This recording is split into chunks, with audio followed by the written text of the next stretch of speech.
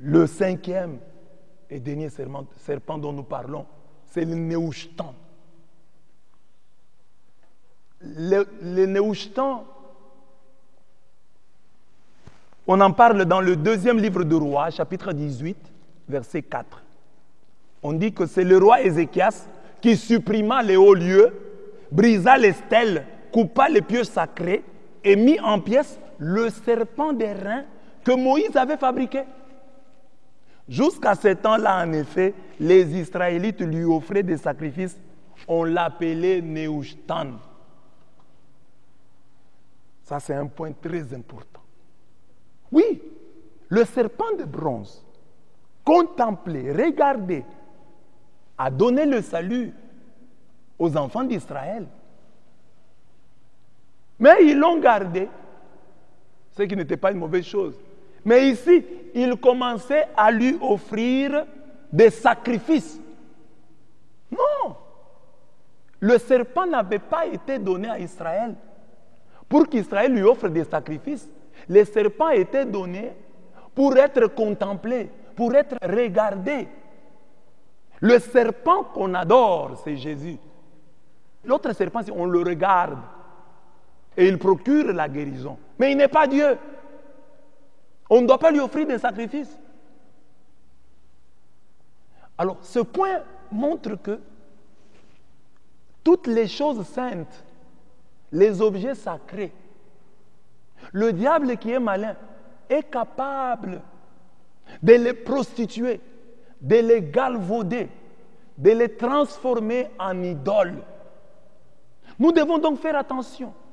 La vie est sacrée. Mais le diable peut la transformer en idole. Parce que la vie nous est donnée pour être donnée. Quand nous sommes incapables de donner notre vie, elle devient une idole. Elle devient un Néhushtan. Et là, il faut un Ézéchias qui vienne la briser.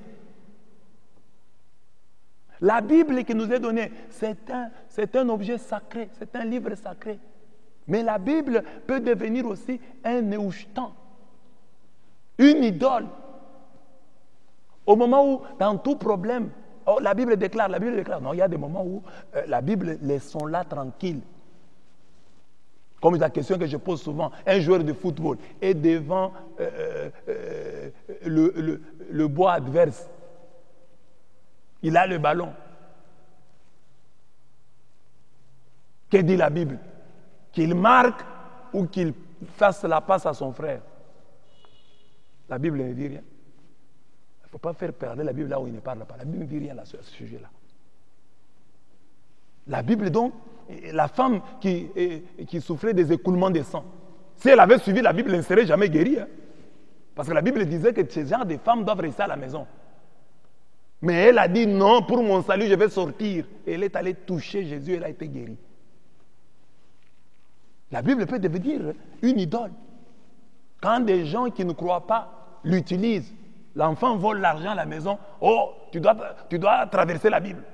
Tu dois passer au-dessus de la Bible. La Bible est devenue une idole. Le chapelet peut devenir une idole. L'eau bénite peut devenir une idole. Quand tu ne te convertis pas et que tu crois seulement en ton eau bénite, tu crois en ton chapelet. Les hommes de Dieu, les saints, les anges peuvent aussi devenir des idoles. Quand ton amour pour un saint te détourne de Dieu, quand même ton amour pour la Vierge Marie te détourne de Dieu, la Vierge Marie devient une idole. N'a une vraie dévotion mariale que celui qui a un vrai amour pour Jésus. Parce que la dévotion mariale, c'est un débordement de notre amour envers Jésus. Nous aimons tellement Jésus que notre amour va même toucher sa mère. Alors si quelqu'un n'aime pas Jésus et qu'il aime seulement Marie, c'est un idolâtre. Même s'il est catholique, il est idolâtre. Donc notre amour pour Marie, c'est une conséquence de l'amour pour Jésus. Nous aimons tellement Jésus que notre amour déborde et va toucher Marie. Même l'amour pour les hommes de Dieu. Les hommes de Dieu, ils sont comme les serpents de bronze. Nous devons les regarder, les imiter. Ils sont des modèles. Mais ils peuvent devenir aussi des Néhushtans lorsque nous les absolutisons. Lorsqu'ils commettent des erreurs et nous abandonnons la foi. Donc nous en avons fait des dieux. Parce que l'homme de Dieu peut se tromper, mais moi j'ai cru en Dieu. Je ne vais pas abandonner la prière à cause de l'homme de Dieu. Mais beaucoup de chrétiens se découragent. Oh, les hommes de Dieu, en qui on mettait l'espoir, et ils se comportent comme ça. En tout cas, moi je ne vais plus aller à la prière. Cette chanson que tu as écoutée, la chanson d'un frère, parce que tu apprends que le frère a commis une erreur. Cette chanson t'a fait prier. Tu es entré dans la prière. Mais aujourd'hui, tu apprends que tel frère-là, qui te composait cette chanson, a commis tel péché. Vrai ou supposé. Tu dis, je ne veux plus écouter sa musique. Ça signifie que tu n'es pas un enfant de Dieu. Tu as transformé cet homme-là en éouchetant. Donc, les objets sacrés, les hommes consacrés à Dieu, le diable peut les transformer en idoles. Faisons attention. Le dernier point est très important. Le serpent d'airain doit être regardé, contemplé et non adoré. Les serpents de Dieu, les serpents de bronze, d'airain, ne sont pas des dieux. Sont des objets sacrés que nous devons respecter, mais que nous ne pouvons pas adorer. Il n'y a que Dieu qui est adorable. Ces objets-là sont vénérables. Vous voyez, l'exemple type, ce sont les enfants d'Israël. Ils avaient l'arche, mais c'était l'arche d'alliance. Il y a eu un moment où ils avaient seulement l'arche, mais ils n'avaient plus d'alliance. Et l'arche était devenue impuissante. L'arche était devenue, ne leur apportait plus rien. Parce qu'ils avaient l'arche, mais ils avaient oublié l'alliance. Donc il faut avoir l'alliance. Quand tu as l'alliance, même si tu n'as pas l'arche, Dieu va agir. Et c'est vrai ce qui est arrivé. Quand les Philistins les ont attaqués à Mispa, où ils sont allés se réconcilier avec Dieu, où Samuel les a réconciliés avec Dieu, mais ils n'avaient pas l'arche. Israël a battu les Philistins.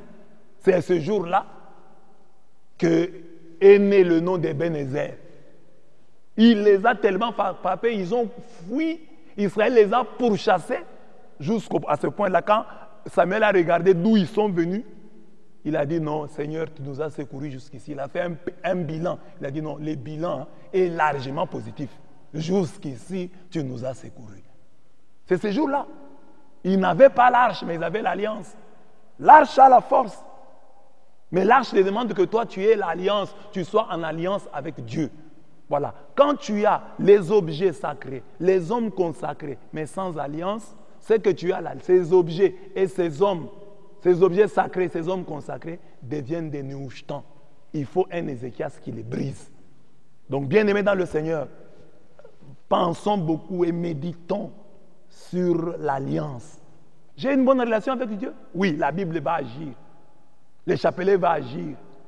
L'eau bénite va agir. Parce que je suis en bon terme avec Dieu. Ce n'est pas de la magie. Nous ne sommes pas dans le monde de la magie.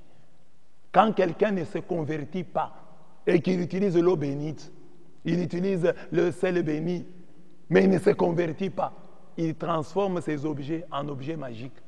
Mais ces objets demandent la foi. Ce sont des objets qui sont pour les gens qui ont la foi, pour les gens qui ont l'alliance avec Dieu.